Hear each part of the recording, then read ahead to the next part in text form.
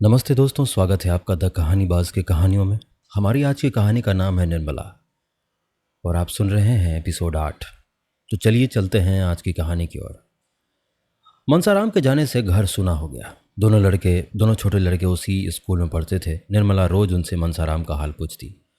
आशा थी कि छुट्टी के दिन आएगा, लेकिन जब छुट्टी का दिन गुजर गया और वो ना आया तो निर्मला की तबीयत घबराने लगी। उसने उसके लिए मूंग के लड्डू बना रखे थे। सोमवार को प्रातः भोंगी को लड्डू देकर मदरसे भेजा। 9 बजे भोंगी आई। मनसाराम ने लड्डू ज्यों के त्यों लौटा दिए। निर्मला ने पूछा, पहले से कुछ हरे हुए हैं रे? भोंगी ने कहा, हरे भरे तो नहीं हुए और सूख गए हैं। निर्मला ने कहा, क्या जी अच्छा नहीं है? भोंगी ने कहा, ये तो नहीं पूछा बहू जी, झूठ क्यों बोलूं? हाँ, वहाँ का कहार देवर लगता है, वो कहता था कि तुम्हारे बाबूजी की खुराक कुछ नहीं है। 2 फुल्कियाँ खाकर उठ जाते हैं, फिर दिन भर कुछ नहीं खाते, हर दम पढ़ते रहते हैं। निर्मला ने कहा, तूने पूछा नहीं कि लड्डू क्यों लौटाए देते हो? भोगी ने कहा, ये तो नहीं पूछा बहू जी, झूठ क्यों बोलूं? उन्होंने कहा, इसे लेती जा, यहाँ रखने का कुछ काम नहीं है। मैं लेती आई। निर्मला ने कहा, और कुछ नहीं कहते थे? पूछा नहीं कल क्यों नहीं आए, छुट्टी तो थी। भोंगी ने कहा, बहू जी झूठ क्यों बोलूं, ये पूछने की तो मुझे सुध ही नहीं रही।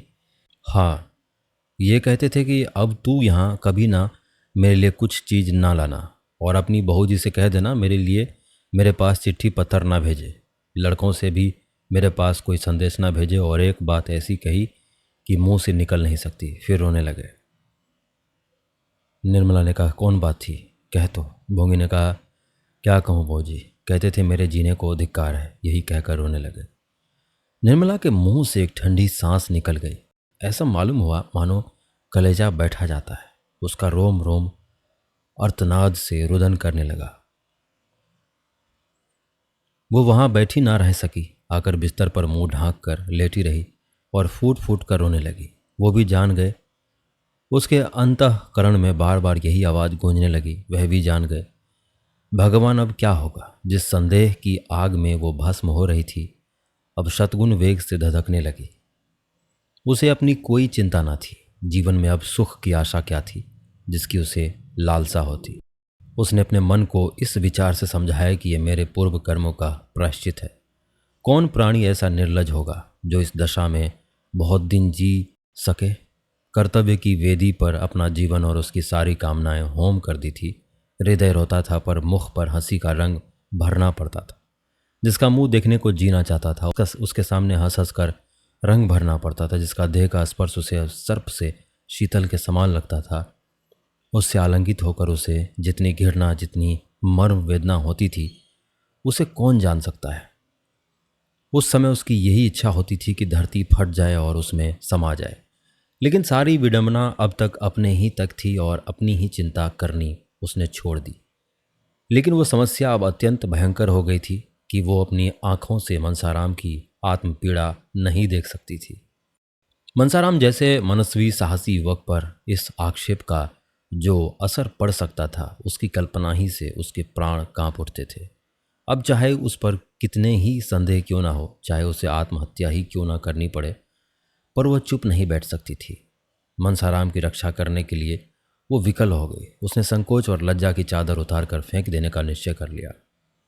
वकील साहब भोजन करके कचहरी जाने के पहले एक बार उससे अवश्य मिल लिया करते थे। उनके आने का समय हो गया था, आ ही रहे होंगे, ये सोचकर निर्मला द्वार पर खड़ी हो गई और इंतजार करने लगी। लेकिन ये क्या, वो तो बाहर चले जा रहे हैं। गाड़ी जूत कर आ गई।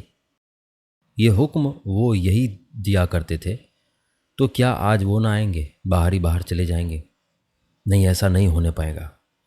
उसी भोंगी से कहकर जाकर बाबूजी को बुला ला, कहना एक जरूरी काम है, सुन लीजिए। मुंशी जी जाने को तैयार ही थे। ये संदेश पाकर अंदर आए, पर कमरे में ना आकर दूरी से पूछा, क्या बात है भाई, जल्दी कह दो, मुझे एक ज़रूरी काम से जाना है। अभी थोड़ी देर हुई हेडमास्टर साहब का एक पत्र आया कि मनसाराम को ज्वर आ गया है। बेहतर हो कि आप घर ही पर उसका इलाज करें, इसलिए उधर ही से होता हुआ कचहरी जाऊंगा। तुम्हें कोई ख़ास बात कहनी है? निर्मला पर मानो वज्र गिर पड़ा। आंसुओं के आवेग और कंठस्वर में घोर संग्राम होने लगा। दोनों पहले निकलने पर तुले हुए थे। दो में से एक कदम पीछे हटना नहीं चाहता था। कंठस्वर की दुर्बलता और आंसुओं की सबलता देखकर यह निश्चय करना कठिन था कि एक क्षण यही संग्राम होता रहा तो मैदान किसके हाथ रहेगा। आखिर दोनों साथ साथ निकले, लेकिन बाहर आते ही बलवान ने निर्बल को दबा दिया। करना कठिन था कि केवल इतना मुंह से निकला, कोई ख़ास बात नहीं थी। आज आप तो उधर जा रहे हैं मुंशी जी, मैंने लड़कों से पूछा था तो वो कहते थे कल बैठे पढ़ रहे थे, आज ना जाने क्या हो गया है। निर्मला ने आवेश से कांपते हुए कहा, ये सब आप कर रहे हैं। मुंशी जी ने त्योरियां बदलकर कहा, मैं कर रहा हूँ? मैं क्या कर रहा हूँ? निर्मला ने कहा, अपने दिल से पूछिए। मुंशी जी ने कहा, मैंने तो यही सोचा था कि यहाँ उसका पढ़ने में जी नहीं लगता, वहाँ और लड़कों के साथ खामोखा ही पढ़ेगा। ये तो कोई बुरी बात ना थी, और मैंने क्या किया? निर्मला ने कहा, खूब सोचिए, इसीलिए आपने उन्हें वहाँ भेज दिया था। आपके मन में और कोई बात ना थी? मुंशी जी हिचकिचाए और अपनी दुर्बलता को छिपाने के लिए मुस्कुराने की चेष्टा करके बोले, और क्या बात हो सकती थी, भला तुम ही सोचो। निर्मला ने कहा, खैर यही सही, अब आप कृपा करके उन्हें आज ही लेते आइएगा। वहाँ रहने से उनकी बीमारी बढ़ जाने का भय है। यहाँ दीदी जी तीमारदारी कर सकती है, दूसरा नहीं कर सकता। एक क्षण के बाद उसने सिर नीचा करके कहा, मेरे कारण ना लाना चाहते हो तो मुझे घर भेज दीजिए, मैं वहाँ आराम से रहूँगी। मुंशी जी ने इसका जवाब ना दिया, बाहर चले गए और एक क्षण में गाड़ी स्कूल की ओर चली। मन तेरी गति कितनी विचित्र है, कितनी रहस्य से भरी हुई है, कितनी दुर्भेद, कितनी जल्द रंग बदलता है। इस कला में तू निपुण है। आतिशबाजी की चरखी को भी रंग बदलते कुछ देर लगती है, पर तुझे रंग बदलने में उसका लक्षांश समय भी ना लगता। जहां भी वात्सल्य था वहां फिर संदेह ने आसन जमा लिया। वो सोचते थे कहीं उसने बहाना तो नहीं किया है। मनसाराम 2 दिन गहरी चिंता में डूबा रहा। बार बार अपनी माता की याद आती, ना खाना अच्छा लगता, ना पढ़ने में ही जी लगता। उसकी काया पलट सी हो गई। दिन गुजर गए और छात्रालय में रहते हुए भी उसने वो काम ना किया जो स्कूल के मास्टरों ने घर से कर लाने को कह दिया। परिणाम स्वरूप उसे बेंच पर खड़ा रहना पड़ा। जो बात कभी ना हुई थी वो आज हो गई। यह असह्य अपमान भी उसे सहना पड़ा। तीसरे दिन वो उन्हीं चिंताओं से मग्न हुआ अपने मन को समझा रहा था, क्या संसार में अकेली मेरी ही माता मरी है? वे माताएं तो सभी इसी प्रकार की होती है। मेरे साथ कोई नई बात नहीं हो रही। अब मुझे पुरुषों की भांति द्विगुण परिश्रम से अपना काम करना चाहिए। माता पिता जैसे राजी रहें उन्हें राजी रखना चाहिए। इस साल अगर छात्रवृत्ति मिल गई तो मुझे घर से कुछ लेने की जरूरत ही ना रहेगी। कितने ही लड़के अपने बल पर बड़ी बड़ी उपाधियां प्राप्त कर लेते हैं। बाधाओं पर विजय पाना और अवसर देखकर काम करना ही मनुष्य का कर्तव्य है। भाग्य के नाम को रोने कोसने से क्या होगा? इतने में जियाराम आकर खड़ा हो गया। मनसाराम ने पूछा, घर का क्या हाल है जिया? नहीं, अम्मा जी तो प्रसन्न होगी। जिया ने कहा, उनके मन का हाल तो मैं नहीं जानता, लेकिन जब से तुम आए हो उन्होंने एक जून भी खाना नहीं खाया। जब देखो तब रोया ही करती है। जब बाबूजी आते हैं तब अलबत्ता हंसने लगती है। तुम चले आए तो मैंने भी शाम को अपनी किताबें संभाली। यही तुम्हारे साथ रहना चाहता था। भोंगी चुड़ैल ने जाकर अम्मा जी से कह दिया। बाबूजी बैठे थे, उसके सामने ही अम्मा जी ने आकर मेरी किताबें छीन ली और रोकर बोली, तुम चले जाओगे तो इस घर में कौन रहेगा? अगर मेरे कारण तुम लोग घर छोड़ छोड़ कर भागे जा रहे हो तो लो मैं कहीं चली जाती हूँ। मैं तो झल्लाया हुआ था ही। वही अब बाबूजी भी ना थे। बिगड़ कर बोला, आप क्यों कहीं चली जाएगी? आपका तो घर है, आप आराम से रहिए। गैर तो हम ही लोग हैं, हम ना रहेंगे तब तो आपको आराम ही आराम होगा। मनसाराम ने कहा, तुमने खूब कहा, बहुत ही अच्छा कहा। इस पर और भी झल्लाई होगी और जाकर बाबूजी से शिकायत की होगी। जियाराम ने कहा, नहीं ये कुछ नहीं हुआ। बेचारी जमीन पर बैठकर रोने लगी। मुझे भी करुणा आ गई, मैं भी रो पड़ा। उन्होंने आंचल से मेरे आंसू पोंछे और बोली, जिया, मैं ईश्वर की साक्षी देकर कहती हूँ कि मैंने तुम्हारे भैया के विषय में तुम्हारे बाबूजी से एक शब्द नहीं कहा। मेरे भाग्य में कलंक लिखा हुआ है, वही भोग रही हूँ। फिर और न जाने क्या क्या कहा जो मेरी समझ में न आया। कुछ बाबूजी की बात की। मनसाराम ने उद्विग्नता से पूछा, बाबूजी के विषय में क्या कहा, कुछ याद है? जियाराम ने कहा, बातें तो भाई मुझे याद नहीं आती, मेरी मेमोरी कौन बड़ी तेज है, लेकिन उनकी बातों का मतलब कुछ ऐसा मालूम होता था कि उन्होंने बाबूजी को प्रसन्न रखने के लिए यहाँ स्वांग भरना पड़ रहा है। ना जाने धर्म अधर्म की कैसी बातें करती थी जो मैं बिल्कुल ना समझ सका। मुझे तो अब इसका विश्वास आ गया कि उनकी इच्छा तुम्हें यहाँ भेजने की ना थी। मनसाराम ने कहा, तुम इन बातों का मतलब नहीं समझ सकते, ये बड़ी गहरी चालें हैं। जियाराम ने कहा, तुम्हारी समझ में होंगी, मेरी समझ में नहीं है। मनसाराम ने कहा, जब तुम ज्योमेट्री नहीं समझ सकते तो इन बातों को क्या समझ सकोगे। उस रात को जब मुझे खाना खिलाने के लिए बुलाने आई थी और उनके आग्रह पर मैं आने को तैयार हो गया था, उस वक्त बाबूजी को देखते ही उन्होंने जो कहड़ा बदला वो क्या मैं कभी भूल सकता हूँ। जियाराम ने कहा, यही बात मेरी समझ में नहीं आती। अभी कल ही मैं यहाँ से गया तो लगी तुम्हारा हाल पूछने। मैंने कहा, वो तो कहते थे अब कभी इस घर में कदम नहीं रखूँगा। मैंने कुछ झूठ है तो कहा नहीं, तुमने मुझसे कहा ही था। इतना सुनना था कि फूट फूट कर रोने लगी। मैं दिल में बहुत पछताया कि कहाँ से कहाँ मैंने ये बातें कह दी। बार बार यही कहती थी, क्या मेरे कारण घर छोड़ देंगे, मुझसे इतने नाराज़ हैं। चले गए और मुझसे मिले तक नहीं, खाना तैयार था खाने तक नहीं आए। हाय, मैं क्या बताऊं किस विपत्ति में हूँ। इतने में बाबूजी आ गए, बस तुरंत आंखें पोंछकर मुस्कुराती उनके पास चली गई। ये बात मेरी समझ में नहीं आती। आज मुझसे बड़ी मिन्नत की कि इनको साथ लेते आना। आज मैं तुम्हें खींच ले चलूँगा। 2 दिन में वो कितनी दुबली हो गई है, तुम्हें यह देखकर उन पर दया आएगी। चलो ना, चलोगे ना। मनसाराम ने कुछ जवाब ना दिया। उसके पैर कांप रहे थे। जियाराम तो हाजिरी की घंटी सुनकर भागा, पर वो बेंच पर लेट गया और इतनी लंबी सांस ली मानो बहुत देर से उसने सांस नहीं ली है। उसके मुख से दुस्सह वेदना में डूबे हुए शब्द निकले, हाय ईश्वर।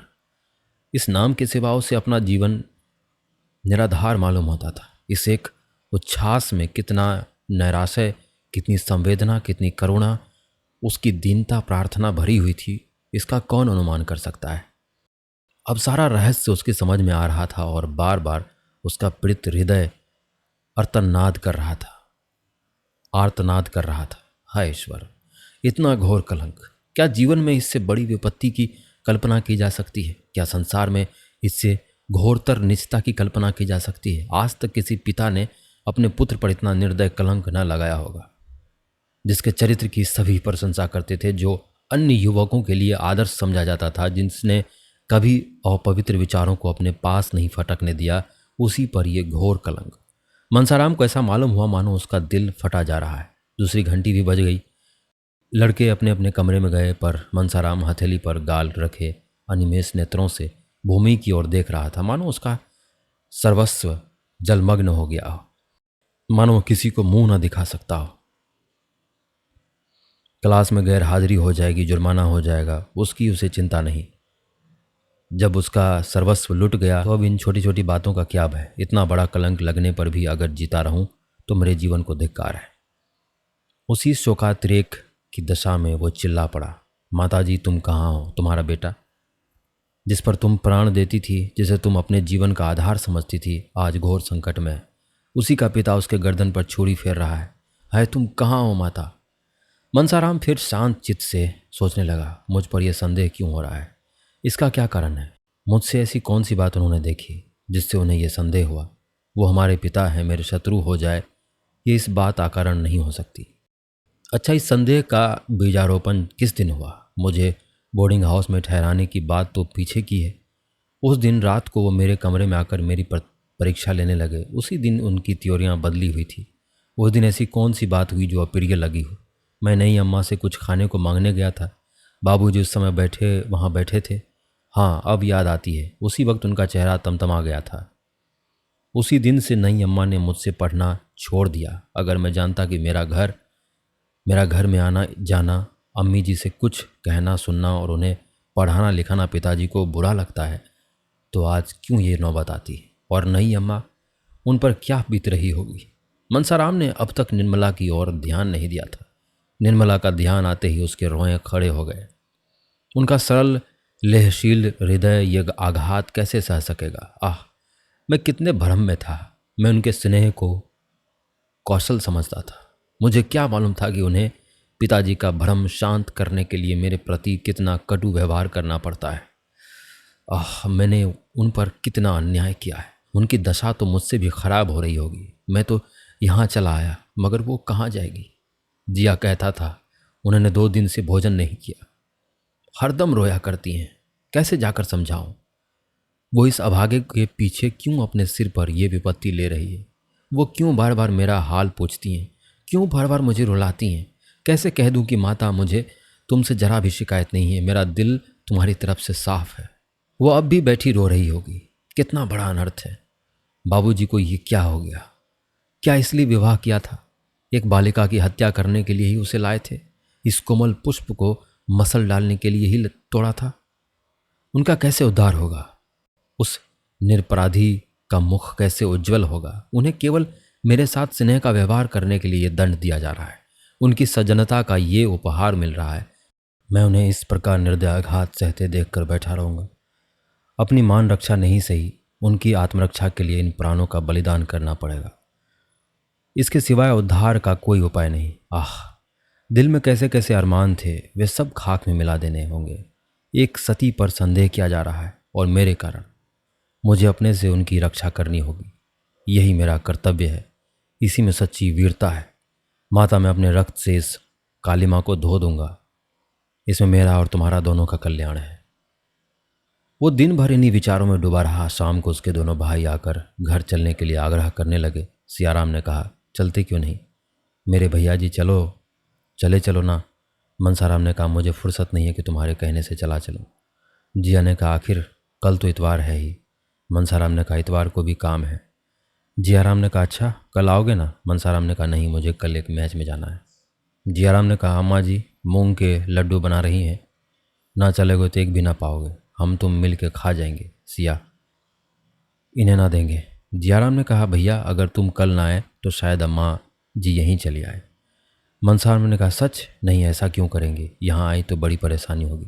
तुम कह देना वो कहीं मैच देखने गए हैं। जियाराम ने कहा, मैं झूठ क्यों बोलने लगा? मैं कह दूंगा वो मुंह फुलाए बैठे थे, देख लेना उन्हें साथ लाता हूँ कि नहीं। सियाराम ने कहा, हम कह देंगे कि आज पढ़ने नहीं गए, पड़े पड़े सोते रहे। मनसाराम ने इन दूतों से कल आने का वादा करके गला छुड़ाया। दोनों चले गए तो फिर चिंता में डूब गया। रात भर उसे करवट बदलती गुजरी। छुट्टी का दिन भी बैठा बैठा कट गया। उसे दिन भर शंका होती रही कि कहीं अम्मा जी सच ना चली आएं। किसी गाड़ी की खड़खड़ाहट सुनता तो उसका कलेजा धक धक करने लगता, कहीं आ तो नहीं गई। छात्रालय में एक छोटा सा औषधालय था। एक डॉक्टर साहब संध्या समय 1 घंटे के लिए आ जाया करते थे। अगर कोई लड़का बीमार होता तो उसे दवा दे देते थे। आज वो आए तो मनसा कुछ सोचता हुआ उनके पास जाकर खड़ा हो गया। वो मनसाराम को अच्छी तरह जानते थे। उसे देखकर आश्चर्य से बोले, ये तुम्हारी क्या हालत है जी? तुम मानो गले जा रहे हो। बाजार का चस्का तो नहीं पड़ गया? आखिर तुम्हें क्या हुआ है? जरा यहाँ तो आओ। मनसाराम ने मुस्कुरा कर कहा, मुझे जिंदगी का रोग है, आपके पास इसकी कोई दवा है?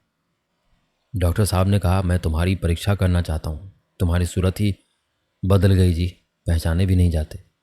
ये कहकर उन्होंने मनसाराम का हाथ पकड़ लिया और छाती, पीठ, आंखें, जीभ सब बारी बारी से देखी। तब चिंतित होकर बोले, वकील साहब से मैं आज ही मिलूंगा। तुम्हें थायसिस हो रहा है, सारे लक्षण उसी के हैं। मनसाराम ने बड़ी उत्सुकता से पूछा, भला कितने दिनों में काम तमाम हो जाएगा डॉक्टर साहब? डॉक्टर साहब ने कहा, कैसी बात करते हो जी, मैं वकील साहब से मिलकर तुम्हें किसी पहाड़ी जगह भेजने की सलाह दूंगा। ईश्वर ने चाहा तो तुम अच्छे हो जाओगे, बीमारी अभी पहली स्टेज में है।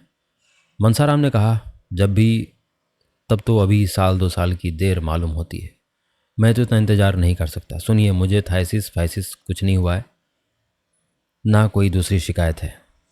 आप बाबूजी को नाहक तरद्दुद में ना डालिए। इस वक्त मेरे सिर में दर्द है, कोई दवा दीजिए। कोई ऐसी दवा हो जिसमें नींद भी आ जाए, मुझे 2 रात से नींद नहीं आती। डॉक्टर ने जहरीली दवाइयों की अलमारी खोली और शीशी से थोड़ी सी दवा निकालकर मनसाराम को दे दी। मनसाराम ने पूछा, ये तो कोई जहर है, भला इसे कोई पी ले तो मर जाए? डॉक्टर ने कहा, नहीं, मर तो नहीं जाए, पर सिर में चक्कर जरूर आ जाए। मनसाराम ने, कोई ऐसी दवा भी इसमें है जिसे पीते कि प्राण निकल जाए? डॉक्टर ने कहा, ऐसी एक तो नहीं, कितनी दवाएं हैं। ये जो शीशे देख रहे हो, इनकी एक बूंद भी अगर पेट में चली जाए तो जान ना बचे, आनन फानन में मौत हो जाए। मनसाराम ने कहा, क्यों डॉक्टर साहब, जो लोग जहर खा लेते हैं उन्हें बड़ी तकलीफ होती होगी। डॉक्टर ने कहा, सभी जहरों से तकलीफ ना होती, बहुत तो ऐसे हैं पीते ही आदमी ठंडा हो जाता है, फिर उसे होश नहीं आता। मनसाराम ने सोचा, तब तो प्राण देना बहुत आसान है, फिर क्यों लोग इतना डरते हैं? ये शीशी कैसे मिलेगी? अगर दवा का नाम पूछकर शहर के किसी दवा फरोश से लेना चाहूँ तो वो कभी ना देगा। ओह, उसके मिलने में कोई दिक्कत नहीं। ये तो मालूम हो गया कि प्राणों का अंत बड़ी आसानी से किया जा सकता है। मनसाराम इतना प्रसन्न हुआ मानो कोई इनाम पा गया हो। उसके दिल पर से एक बोझ सा हट गया। चिंता की मेघ राशि जो सिर पर मंडरा रही थी छिन्न भिन्न हो गई। महीनों बाद आज उसे मन में एक सुफुर्ती का अनुभव हुआ। कई लड़के थिएटर देखने जा रहे थे। निरीक्षक से आज्ञा ले ली थी। मनसाराम भी उनके साथ थिएटर देखने चला गया। ऐसा खुश था मानो उससे सुखी जीव संसार में कोई नहीं है। थिएटर में नकल देखकर तो वो हंसते हंसते लौट गया। बार बार तालियां बजाने लगा और वंस मोर ही हॉन्क लगाने में पहला नंबर उसी का था। गाना सुनकर वो मस्त हो जाता था और ओ हो करके चिल्ला उठता था। दर्शकों की निगाहें बार बार उसकी तरफ उठ जाती थी। थिएटर के पात्र भी उसी की ओर ताकते थे और जानने की उत्सुक थे कि कौन महाशय इतने रसिक और भावुक हैं। उसके मित्र को उसकी उच्चृंखलता पर आश्चर्य हो रहा था। वो बहुत ही शांत चित्त गंभीर स्वभाव का युवक था। आज वो क्यों इतनी हास्यशील हो गया है? क्यों उसके विनोद का पारावार नहीं है? हमारी आज की कहानी में बस इतना ही। आशा करता हूँ ये कहानी आपको पसंद आ रही होंगी। तो इसी तरह बने रहिए हमारे साथ और सुनते रहिए द कहानीबाज। धन्यवाद। हिंदी साहित्य की ये दुनिया जहाँ कहानियां सिर्फ कहानियां नहीं, एक विरासत है, और द कहानीबाज उसी विरासत को आज की पीढ़ी तक पहुंचाने की एक छोटी सी कोशिश है। मैं ये सब आपके लिए दिल से करता हूँ, लेकिन अगर आप चाहें तो इस सफर में मेरा थोड़ा सा साथ दे सकते हैं। आप स्क्रीन पर दिख रहे QR कोड को स्कैन करके मुझे छोटा सा डोनेशन भेज सकते हैं। चाहे कि एक कप जितना भी सहयोग मेरे लिए बहुत मायने रखता है। आपका हर योगदान मुझे और बेहतर कहानियां सुनाने का हौसला देता है। शुक्रिया दिल से।